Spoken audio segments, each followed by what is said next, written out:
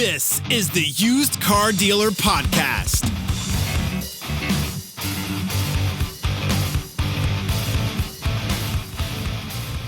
All right, well, Zach here, and we have a great guest on the podcast today, Danny Zaslavsky from VinCue. Thanks so much for joining me on the podcast today.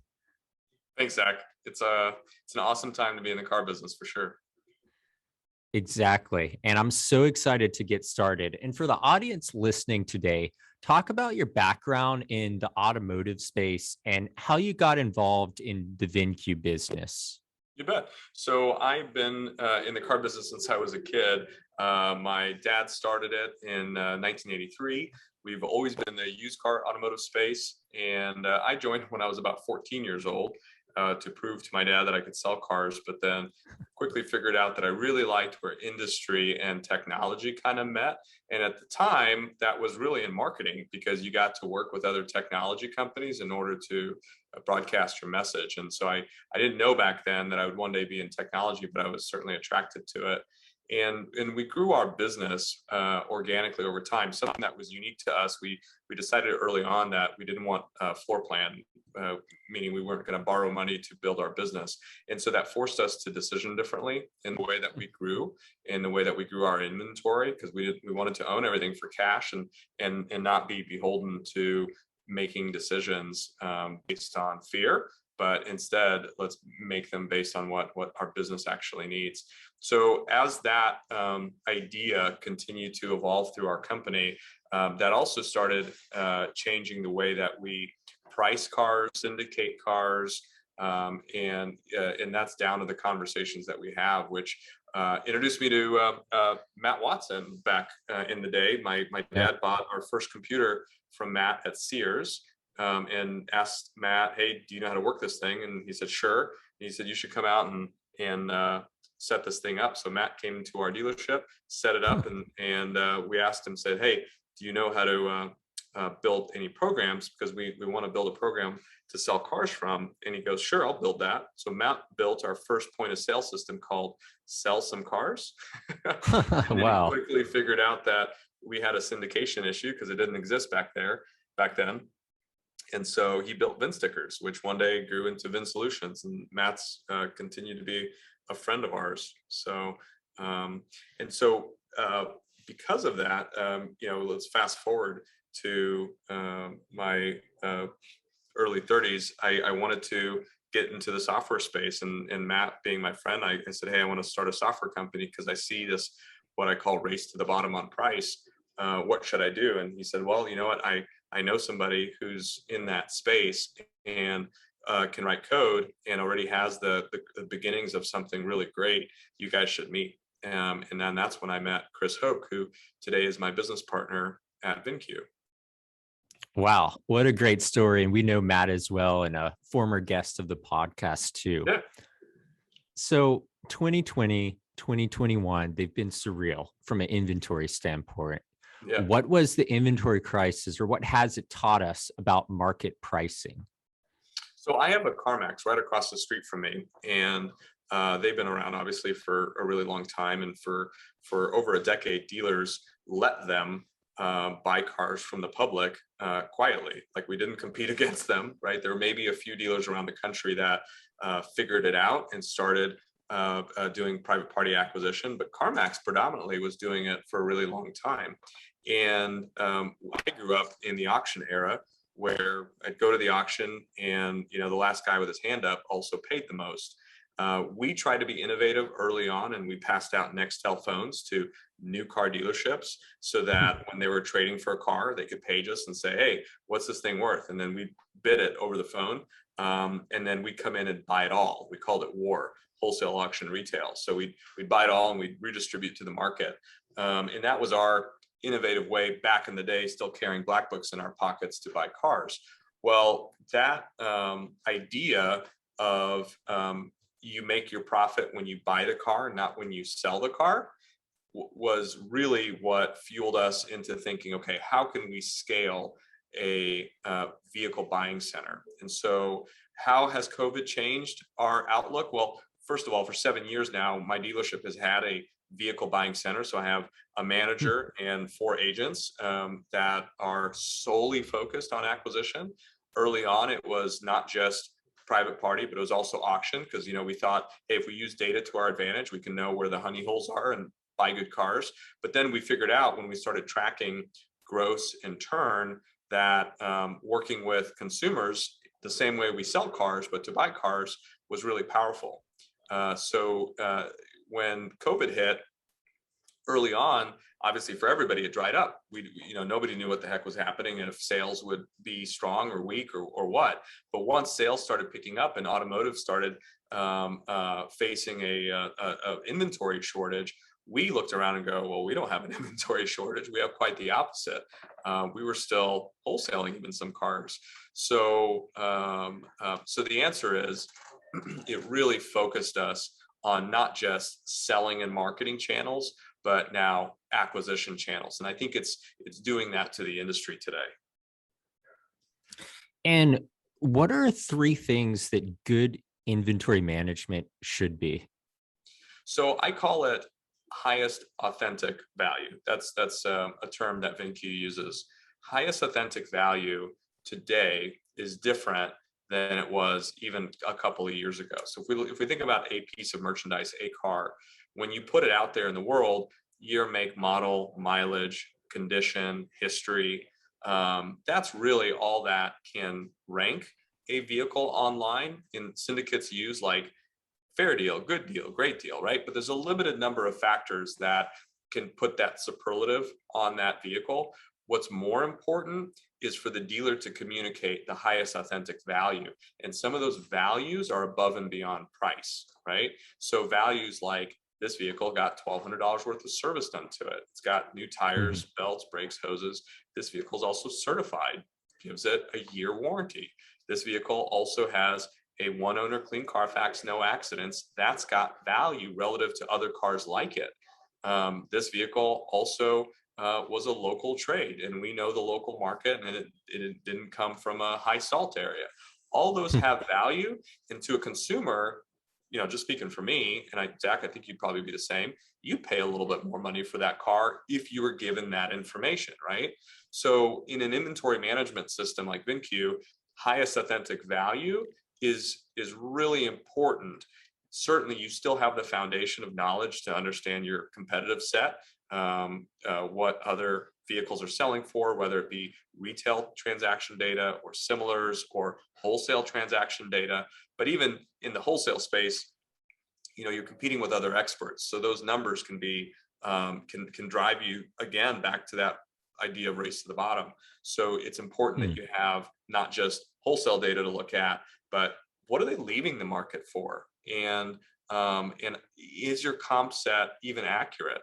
Are you competing with dealers who are inaccurately merchandising their cars? So again, dealer needs to communicate highest authentic value in their car, and they need a system to be able to do that, because that increases gross, that increases churn, that makes a dealership more successful.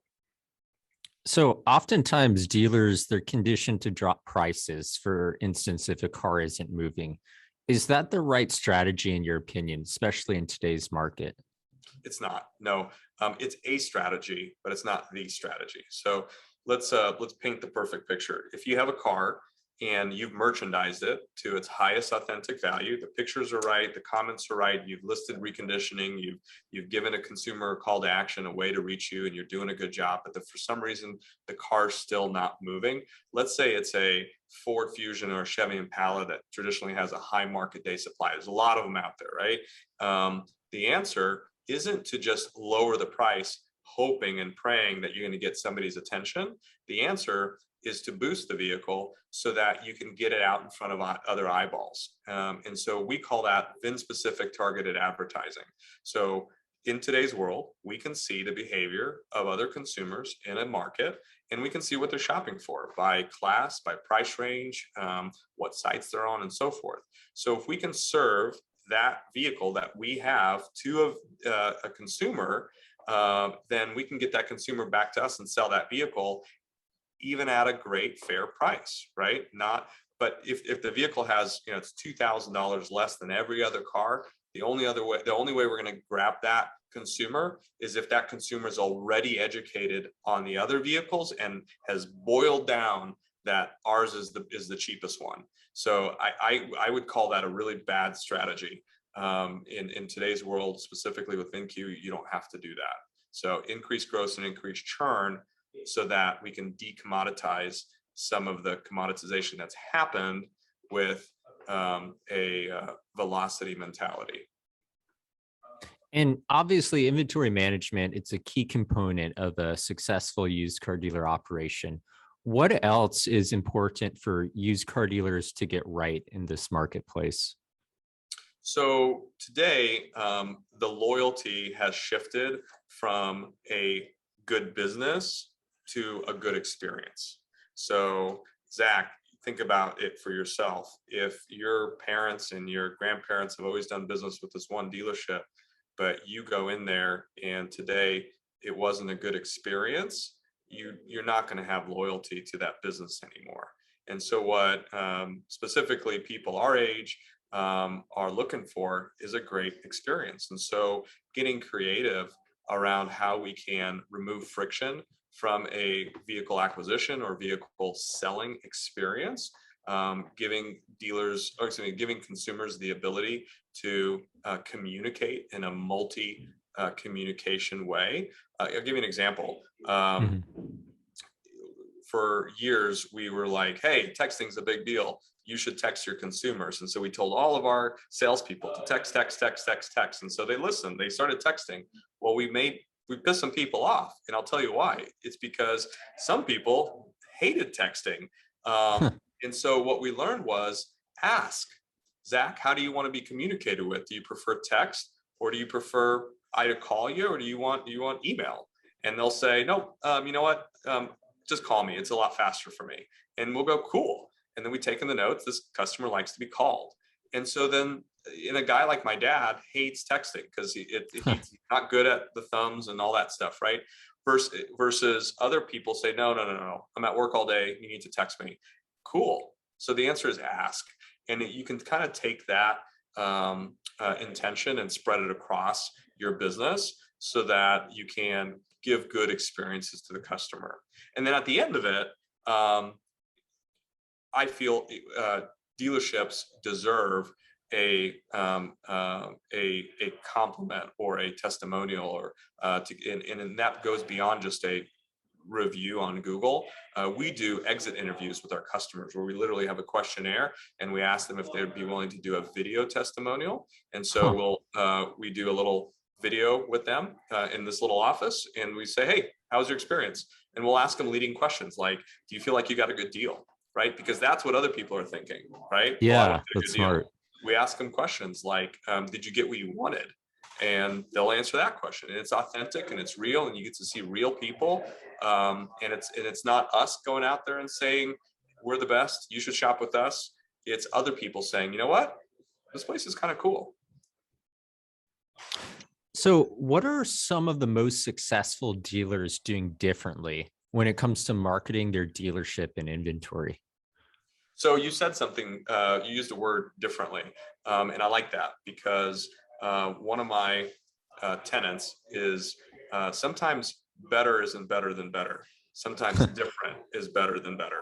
All right. And in a climate where differentiating yourself is important, I truly believe different is better than better. Now, you've heard the old saying, don't be different for the sake of different. So just be authentically different. And so for us, I'll give you an example of that. We specialize, we used to specialize in a $3,000 to $12,000 price range. That's a really hard price range to specialize in, right? In the 90s and the 80s, we were selling a ton of cars for $5,000 and $6,000 and $7,000. Good cars. We had an inventory of 200 cars that were service, reconditioned, local new car trades in a $6,000 and $7,000 price range. Where are you going to find that amount of inventory that is serviced with a bow on it, right? Today, we specialize in a $5,000 to $15,000 price range. Now, I still have a lot of cars in $20,000 and $30,000 price range. We have that. But if you're looking for the place to go to buy a $12,000 or $14,000 car with 60,000 miles, that's serviced, certified, you'll have a good experience, you'll get what you want, you'll get a good deal. We're the place to go. So that's different enough, and that differentiates us from the big stores. And keep in mind, I'm an independent, right? I don't have a flag to fly. I don't have a truck showing up every week with inventory. I'm not taking trades on new cars to put on my lot. So we've got to be gritty and inventive to continue to be relevant. So what advice do you have for a used car dealer? They're just getting into business. Maybe they just got their dealer's license and they're starting to build their initial inventory management strategy. So my advice to you is the car business is no longer a brick and mortar business. The car business is a technology business. So you got to think about it from the aspect of he or she who has the inventory has the opportunity. And inventory, because we're in an inventory-based opportunity industry, that inventory has a commodity value and then has a consumer value. And so if you focus on that consumer value and you build a good experience and you commit to a quality, frictionless, digital and in-person experience, then the rest of it will figure itself out. And what I mean by that is, like, look at your business through those filters, and then you can answer questions every time you come up on whether you should do this or that. Does it align with a frictionless digital experience that gives highest authentic value to the consumer? Yes or no? Yes, we do that. So why is it hard from both a technologist and a dealer standpoint to build inventory management software? And what are some of the challenges in getting not only the product to market, but the product to fit the end user, used car dealer, dealership, used car manager? There's been a lot of legacy conversations going on I'll give you an example. My dad for years walked around with a black book in his pocket, right? At some point that shifted. People didn't use paper black books, right? Because there was other information, other insights to make good decisions from. And then it shifted to a system that gave you what I call tunnel vision, to see certain other insights, whether it be similars, whether it be MMR, whether it be black books in there, right? And now we're looking, okay, cool. Now I have these things to make a decision on an appraisal or a vehicle sell. And we're kind of at this unique spot right now because the legacy systems that are in place, again, have kind of reached this tipping point of tunnel vision where no longer does Manheim transaction data give you enough information to appraise a car and actually still make money. That's really the end. And so simply adjusting a percent to market or cost to market isn't a way to succeed at scale. You're going to be making $300 and $600 grosses on the front, and you got to sell a whole lot of cars and run really, really fast in order to make any profit under that kind of system. So inventory management today and market pricing today, in some ways, has had to be creative in the data that it uses to provide insights to dealers so that they can get the lens of the customer, not the lens of other dealers. Does that make sense? Mm-hmm. The insights that we as dealers have been looking at have been the lens of the other dealers, wholesale numbers, transaction numbers, blah, blah, blah. Forget that for a minute. Let's put ourselves in the customer's seat, especially with the changing landscape today, and let's get insights so that we can get the lens of the consumer. And again, go back to that, create a good experience for them. So lastly, Danny, what's coming down the pipeline at VinCue? Yeah, so we pride ourselves on being bleeding edge and innovative. And behind me, above me, and in front of me are a team of really amazing innovators. So we are very excited about what we call Boost, which is our VIN-specific targeted advertising. We feel it's going to be revolutionary in the way that dealers can get more eyeballs on vehicles individually instead of just grouping it by SUVs or sedans or minivans. But we know we have the insights to say, hey, from the moment I bought this car, it has the propensity to be online for 60 days, but I don't want to lower my price in order to sell it faster. How about I put the highest authentic value on it and put it in front of consumers who are actually looking for it, so I can sell it in 14 days or 20 days and maintain that gross in turn, and have the same muscle to compete as the big dealer groups and even some of the online retailers. That is what we're focused, so that dealers can stay strong and stay in the game and be relevant. Awesome. I mean, Danny, I've really enjoyed this podcast. What you've built is super impressive. And the fact that you're running without a floor plan in 2021 is probably shocking to a lot of dealers listening to this episode, but very impressive, and really enjoyed this podcast with you today. Thanks, Zach. You asked some pretty good questions, man. Awesome. Well, thanks for joining. All right. See you.